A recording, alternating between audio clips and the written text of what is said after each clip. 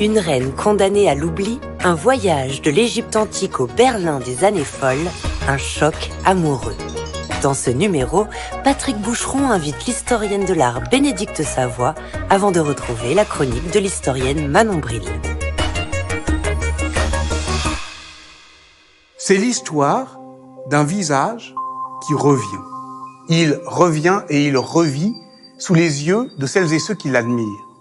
Le premier à l'admirer, c'est un archéologue allemand qui exhume des sables égyptiens en 1912 un vestige. Un vestige qu'il reconnaît comme une beauté, non pas égyptienne, mais une beauté contemporaine. Le visage qu'il reconnaît, c'est celui de Néfertiti, reine d'Égypte, épouse d'Akhénaton. Mais c'est aussi le visage rêvé de la beauté contemporaine. Il devient la Joconde de Berlin. L'histoire qu'on a à raconter est une histoire de rivalité nationale, de concurrence entre les musées, de restitution. Mais c'est aussi une histoire d'émerveillement, de transport amoureux. Pour en parler, Bénédicte Savoie, historienne de la vie sociale des objets, historienne de la vie sensible de celles et ceux qui regardent les objets.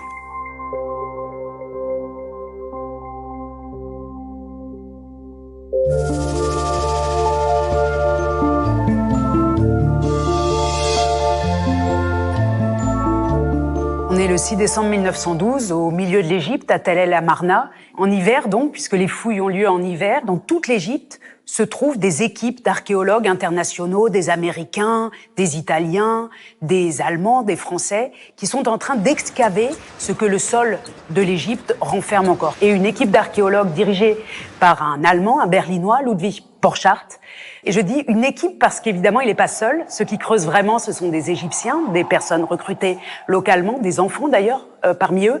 Ils vont trouver l'atelier d'un sculpteur.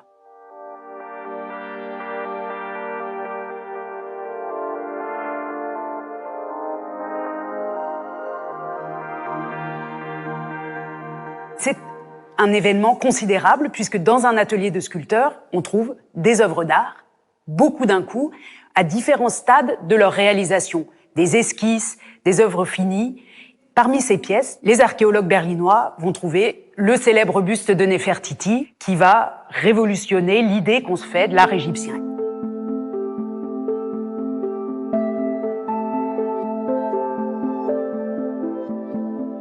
Les archéologues ne savent pas encore que c'est Néfertiti, mais sa beauté, ses couleurs, son rayonnement, sa tenue font qu'ils comprennent tout de suite qu'ils sont face à une œuvre majeure de l'histoire de l'art.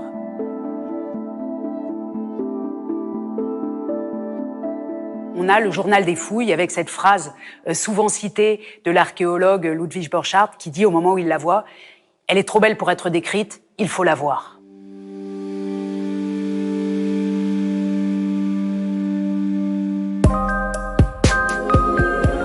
Autour de cette reine presque inconnue, les mystères s'accumulent encore. Elle est née il y a environ 3440 ans. On lui donne le nom de Néfertiti, qui signifie « la belle est venue ». Elle n'a que 15 ans quand elle épouse le futur pharaon Akhénaton. D'une beauté sublime, ils seront le double visage d'une véritable révolution dans l'histoire de l'Égypte ancienne. Face contre terre devant le Dieu vivant.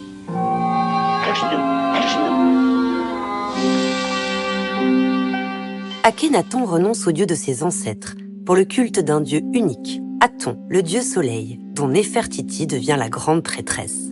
Ils abandonnent Thèbes pour déplacer la capitale du nouvel empire à Amarna, au milieu du désert. Et Amarna devient le cœur de tous les bouleversements religieux, politiques, artistiques. Fait rare dans l'Égypte antique, on représente souvent Néfertiti en situation de pouvoir aux côtés d'Akhénaton ou lors de scènes intimes avec leurs 7 enfants, dont le jeune Toutankhamon. Une politique des images qui rend encore plus troublante sa disparition brutale de la communication officielle. Écartée par Akhénaton, elle serait morte en disgrâce vers 35 ans. Reine tragique et mythique. Et ce qui a fait de cette découverte un événement mondial, c'est que cette période d'Amarna avait subi ce qu'on appelle la damnatio memoriae, c'est-à-dire l'effacement des traces par les successeurs d'Akhénaton. Après la mort d'Akhénaton, les pharaons qui arrivent à sa suite décident de rétablir l'ordre ancien, de rétablir le polythéisme et d'effacer toutes les traces de cette courte période de l'histoire. Et cet effacement total des traces est responsable du fait qu'on ne savait rien d'Amarna jusqu'aux années 1900 et que c'est très tard donc qu'on découvre que cette période de l'histoire a existé. Et quand en plus de cela, on en découvre les traces matérielles, donc des objets qui n'ont pas été détruits, qui n'ont pas été effacés, ils sont encore plus des vestiges précieux du passé. Or, à ce moment-là, en 1912, il y a une réglementation assez stricte qui oblige à effectuer ce qu'on appelle un partage des fouilles. C'est-à-dire que quand on trouve 20 pièces, il faudra que 10 pièces restent en Égypte, enfin, restent entre les mains du service des antiquités d'Égypte, qui est un service français, et puis les 10 autres pourront partir à Boston, à New York, à Berlin, à Paris, chez les archéologues qui les ont trouvés.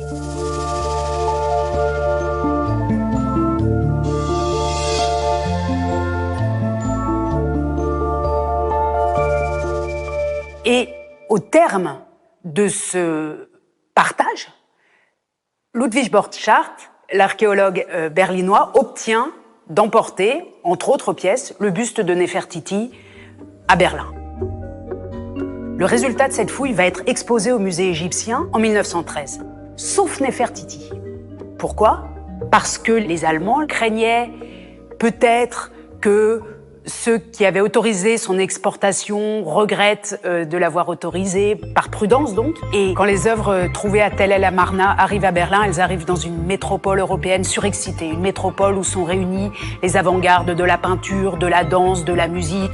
Les premiers cinémas commencent à attirer du monde, les drogues se déploient, le tango est extrêmement à la mode, les transsexuels, les travestis attirent un public non seulement berlinois mais aussi de touristes. Et au moment où ces pièces vont être montrées à Berlin, précisément à ce moment-là, se tient l'une des grandes expositions des avant-gardes du XXe siècle, l'exposition qui réunit les expressionnistes, les futuristes, les cubistes, et cette exposition d'art contemporain, qui va révolutionner ou qui va faire date dans l'histoire de l'art contemporain au XXe siècle, se tient à quelques centaines de mètres de l'exposition Tel El Amarna au musée égyptien. On a un clash des moments historiques, ceux qui regardent vers l'avant, les futuristes, et de l'autre côté, ceux qui sont attirés par l'Antiquité, mais une Antiquité différente.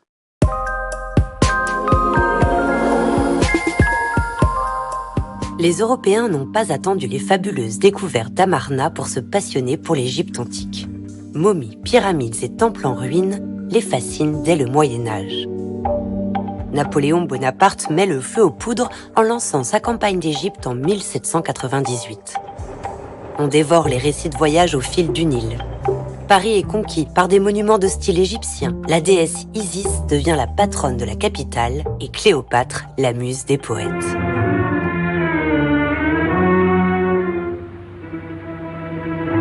Artistes et écrivains succombent à ce puissant goût de l'Égypte. Victor Hugo comme Théophile Gautier, dont le roman de la momie est un franc succès.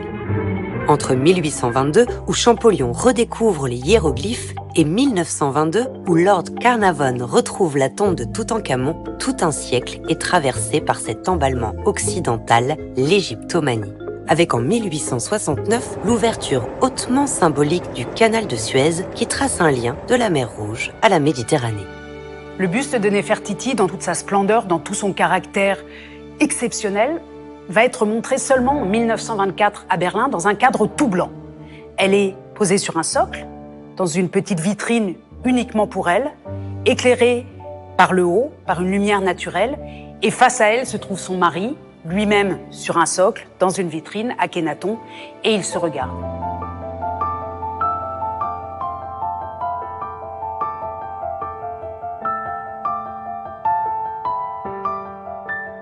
La presse de l'époque incite les prolétaires à aller voir cette exposition en expliquant que, allez-y, prolétaires, c'est une exposition pour laquelle on n'a pas besoin d'avoir de connaissances historiques, c'est une expo pour tout le monde, et vous allez voir, les gens d'Amarna nous ressemblent. C'est-à-dire que se produit un raccourci historique phénoménal entre l'homme ou la femme, la civilisation des années 1900, et l'homme ou la femme des années 1400 avant Jésus-Christ qui tout d'un coup ont l'impression, ceux de 1900, qu'ils sont les mêmes, qu'ils ont retrouvé, qu'ils se sont trouvés eux-mêmes dans le sable. Ce qui va transformer le buste des Néfertiti en égérie de Berlin, en Joconde de Berlin, c'est son extrême beauté, d'une part, et le fait que cette beauté, comme par un miracle historique, correspond au canon de la beauté des années 20, Greta Garbo et d'autres femmes hiératiques, un peu dures et en même temps distantes, mais extrêmement belles.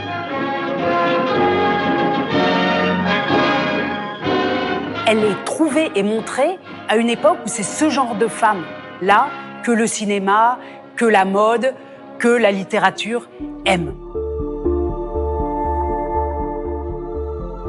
Ce buste de Néfertiti, qui est en fait un objet, devient un sujet.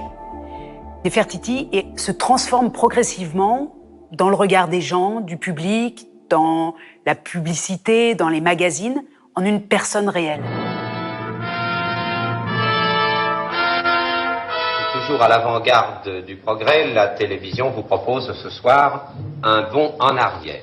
Et pas un petit bond, croyez-moi, un grand bond. Un bond de 35 siècles vers le profil de Néfertiti dans la vallée des rois égyptienne. Par ici? Non. Voilà, par là, mais si. Pardon, que l'on vous voit cette fois-ci en entier, merci. Madame Avron de Paris, notre Néfertiti 1959. Regardez-moi, non, d'abord parce que c'est très agréable pour moi, ensuite parce qu'on vous voit de profil et Néfertiti se présentait de profil. Maintenant, vous pouvez regarder nos téléspectateurs de face. Voici la fameuse coiffure qui a demandé un petit peu de temps. Vous êtes heureuse, madame ou mademoiselle? Madame. Madame, vous êtes heureuse, madame? Oui.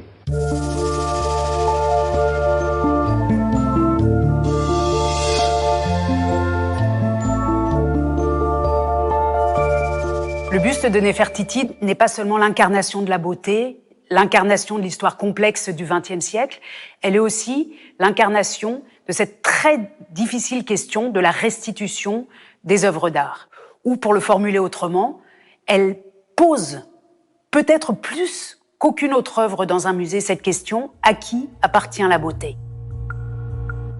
Est-ce que la beauté appartient à ceux qui, pour des raisons historiques, parce que l'Égypte a été longtemps sous pouvoir colonial britannique et français, est-ce qu'elle appartient à ceux qui ont pu se l'approprier dans ce contexte, en l'occurrence les Allemands, les Berlinois, ou est-ce qu'elle appartient à ceux qui vivent aujourd'hui sur la terre d'où elle a été sortie il y a plus de 100 ans? Elle est devenue une Berlinoise par sa présence à Berlin, en quelque sorte, et par les effets d'appropriation populaire qui ont eu lieu autour d'elle. Mais malgré son absence en Égypte, elle est aussi une icône pour les Égyptiens jusqu'à aujourd'hui. Et quand on se promène au Caire, on voit beaucoup dans les magasins de souvenirs des bustes de Néfertiti, alors qu'elle n'est pas là. Ce jeu de la présence et de l'absence.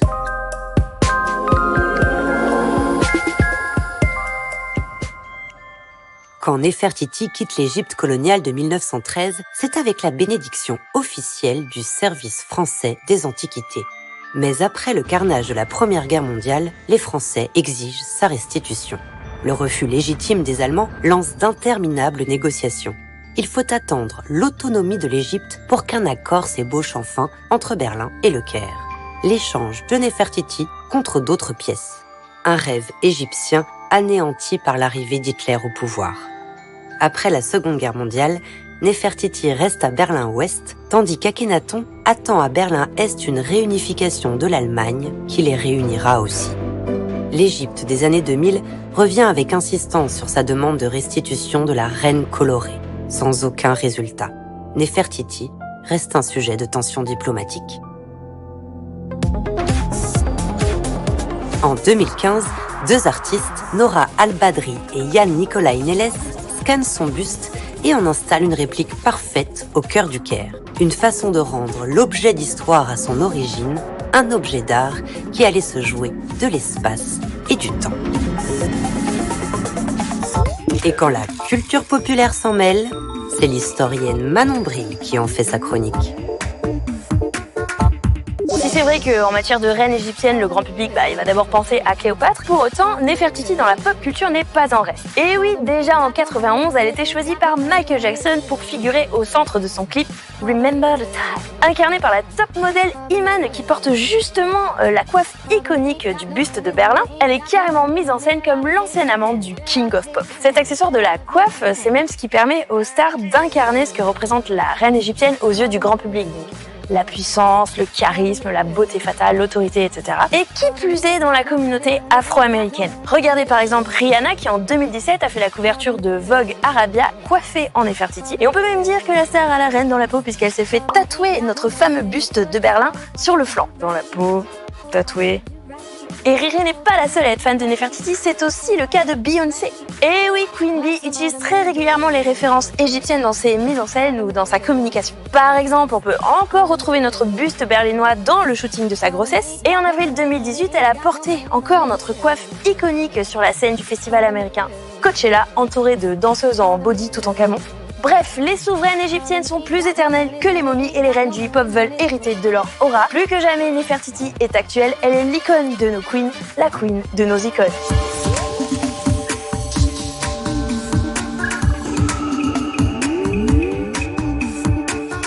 Si Néfertiti revenait en Égypte, elle reviendrait transformée. L'objet d'art, d'avoir été transporté, se trouve transformé.